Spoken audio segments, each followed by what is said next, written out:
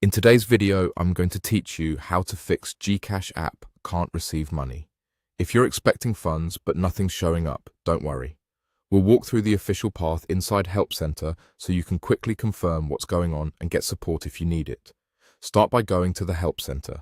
This is where GCash keeps all their guided fixes and support tools. Once you're in, select your account. This section organizes issues related to your profile and transactions so you can get to the right place faster. From there, choose Send. Even though you're the receiver, this path leads to the Send Money Issues category, which also covers receiving problems tied to transfers. Next, tap Send Money Issues. You'll see common transfer concerns collected here so you don't have to dig around. Now select Did Not Receive Money.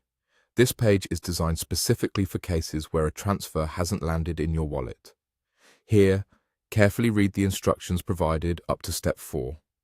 These on-screen steps explain what GCash wants you to check and what timelines apply before a transfer is considered delayed.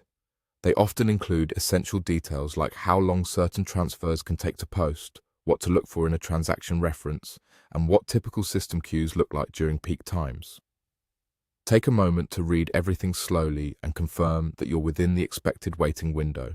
If the page mentions any status indicators or notification queues, use those to verify where the transfer currently stands. The goal is to rule out simple, time-based delays and make sure nothing obvious is being missed. If after following the guidance on that page up to step 4, you still need help, look for the option that says something like, "Click here to contact support." Go ahead and open that. You'll be taken to a form, fill out all the necessary details. Be as accurate and complete as you can. Include the amount, GAH, the date and approximate time of the transfer, and the reference number if the sender shared it with you. Describe what you expected to happen and what you're seeing instead.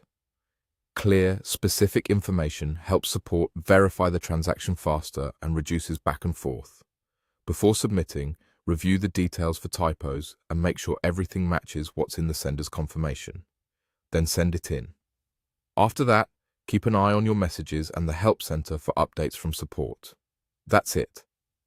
By following the Help Center path, reviewing the Did Not Receive Money guidance up to step 4, and contacting support with complete details, you'll give yourself the fastest route to a resolution.